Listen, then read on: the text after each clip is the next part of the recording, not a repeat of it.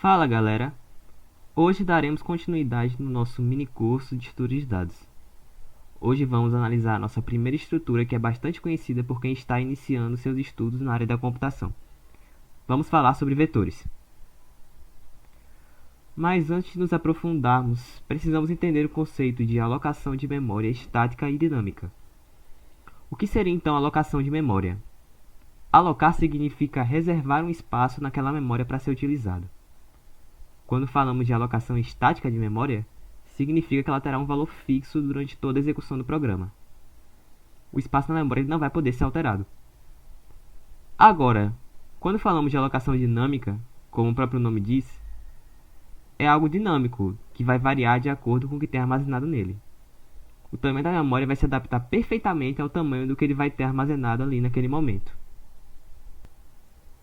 E para começarmos a entender como é o funcionamento de um vetor, é importante enfatizar que a sua principal característica é que ele utiliza a alocação estática de memória. Um vetor é uma sequência de elementos do mesmo tipo que conseguimos acessar através de um índice. Esse índice é normalmente um número inteiro, que começa em 0 e vai até o tamanho do vetor menos 1. Por exemplo, um vetor de tamanho 10. Ele vai ter 10 elementos indexados de 0 a 9. Lembre-se que o primeiro elemento, na grande maioria das linguagens, vai ser o 0. Então, por isso que quando contamos aqui nesse caso, nós chegamos até o 10, vamos de 0 a 9. Vamos falar agora sobre quais são as vantagens de se utilizar um vetor. Ele é simples de se implementar, basta apenas declararmos ele e já podemos estar utilizando no nosso código. Ele é ótimo para quando já sabemos o tamanho do armazenamento que vamos querer utilizar. E também o que seria a principal vantagem, o acesso aos elementos é feito de forma praticamente instantânea. Basta apenas utilizarmos os índices que queremos e acessamos o conteúdo que está ali armazenado. Vocês vão ver que entre os mecanismos de buscas que nós veremos aqui, esse é o mais eficiente em relação ao tempo gasto para acessar um conteúdo específico. Agora falaremos das desvantagens. O tamanho do vetor ele já vem pré-determinado pelo programa. Ele não se adequa ao conteúdo que tem armazenado. Ou seja, podemos acabar tendo um desperdício muito grande de memória. E pelo outro lado, podemos também tentar armazenar mais elementos do que ele suporta, o que vai causar um erro de falta de armazenamento. Outro ponto também é a intensa movimentação na hora de inserir e remover os elementos, já que vamos precisar estar deslocando elementos do vetor para a esquerda e para a direita sempre que realizamos essas operações. Isso acaba tendo um custo computacional considerável. A seguir, vamos analisar uma outra forma de organizar elementos. Vamos agora falar sobre do que se trata uma lista encadeada. Diferentemente dos vetores, eles não armazenam seus elementos em posições consecutivas na memória. Na verdade, cada elemento, ou nó como aqui é chamado, vai possuir dois componentes. O primeiro é o valor que nós queremos armazenar, e o segundo é uma referência para o próximo elemento dessa lista. Aqui nós podemos ver uma ilustração do que é que se trataria uma lista e um nó.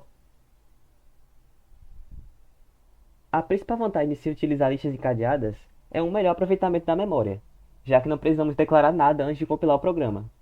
Cada novo elemento, para fazer parte da lista, só precisa ter o seu endereço armazenado por outro elemento da lista.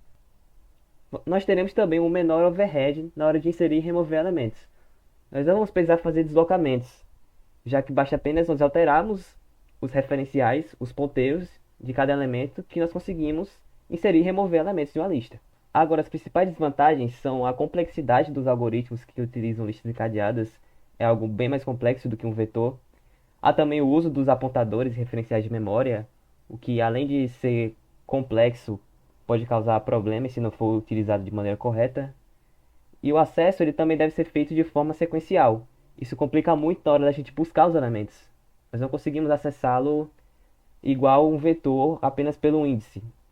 Nós vamos precisar percorrer a lista para conseguir o elemento que a gente quer. É assim que ocorre a implementação de um nó. Temos aqui o conteúdo e o ponteiro para o próximo elemento. A lista ela vai guardar o endereço do primeiro nó da nossa sequência. Então, cada nó vai ter o ponteiro que aponta para o próximo nó até chegar no final, em que vamos ter um nó cujo ponteiro aponta para nulo. E as operações que vamos ter com o nó, em suma, vão ser as de get e set, que vão ser para atualizar a informação, atualizar o próximo, recuperar a informação e recuperar o próximo. Próximo, no caso, seria o ponteiro para o próximo elemento. Aqui, como citei há pouco, a lista ela vai guardar o nó inicial, que aqui nós estamos chamando de cabeça. E também pode ter outra variável para auxiliar nas operações, como no caso, uma variável para guardar o tamanho da lista no momento, que aqui estamos utilizando o tamanho. A operação de inserir um novo nó como cabeça é bem simples. Criamos um novo nó e o ponteiro para o próximo dele vai ser o que tem na cabeça da lista. Depois a gente vai substituir para que esse novo nó passe a ser a cabeça da lista e a inserção vai ter sido feita corretamente. Já para inserirmos o final da lista, nós teremos que primeiramente percorrer ela. Primeiro passo, temos que localizar a cauda, o último elemento da lista. Depois, nós alocamos um novo nó. Aí fazemos o campo próximo do novo nó apontar para nulo. E fazemos o campo próximo do nó que está na última posição apontar para esse novo nó que nós criamos. Então, para finalizar, incrementamos o contador na nossa estrutura da lista. Para fazer a inserção no meio de uma lista, vamos precisar de uma variável auxiliar. Nesse caso de exemplo, vamos usar uma variável v. Nós percorremos a lista até a variável se posicionar corretamente onde queremos inserir. Então, alocamos um novo nó e fazemos o campo próximo do novo nó apontar para o nó apontado pelo campo próximo do nó v. Nesse caso, o que está no campo próximo do nó v seria esse info3. Então, o nosso novo nó ele vai apontar para esse info3. Então, fazemos o campo próximo do nó v apontar para esse novo nó, causando no final esse desvio aqui. Então, vamos ter encaixado perfeitamente o novo elemento na lista. Agora vamos abordar as formas de se remover um nó. Remover no início e no final são operações simples. Basta fazer a cabeça apontar para o próximo nó da lista, no caso de remover no início, e fazer o penúltimo elemento apontar para nulo, no caso de remoção no final. Agora, para remover um nó que está no meio, vamos precisar de duas variáveis auxiliares. Uma para localizar o nó que queremos remover e outra para o nó anterior a ela. Nesses exemplos, estamos utilizando v e w. Fazemos o campo próximo de v apontar para o campo próximo de w. Neste caso aqui, o campo próximo de w é o info3. E fazemos v apontar para info3. E então liberamos a memória do que está em w. E assim conseguimos fazer uma remoção de forma correta. É importante citar também que, além da lista encadeada, existem também as listas duplamente encadeadas, que são a variação em que os nós, ao invés de possuírem apenas um ponteiro para o próximo, eles também possuem um ponteiro para o anterior. Por consequência, vai ocupar mais memória do que uma lista simplesmente encadeada, mas agora você vai ter a possibilidade de se movimentar nos dois sentidos. A implementação vai se dar da seguinte maneira. O nó, além de ter uma referência para o próximo elemento, também vai ter uma referência para o anterior. E na lista, além da cabeça, nós vamos também armazenar a cauda, que nada mais é do que o último elemento dela. No restante, a implementação é igual a uma lista encadeada tradicional. Outra maneira diferente de se implementar uma lista encadeada é no formato de uma lista circular, em que ao invés do último nó apontar para nulo, ele vai apontar para o primeiro nó.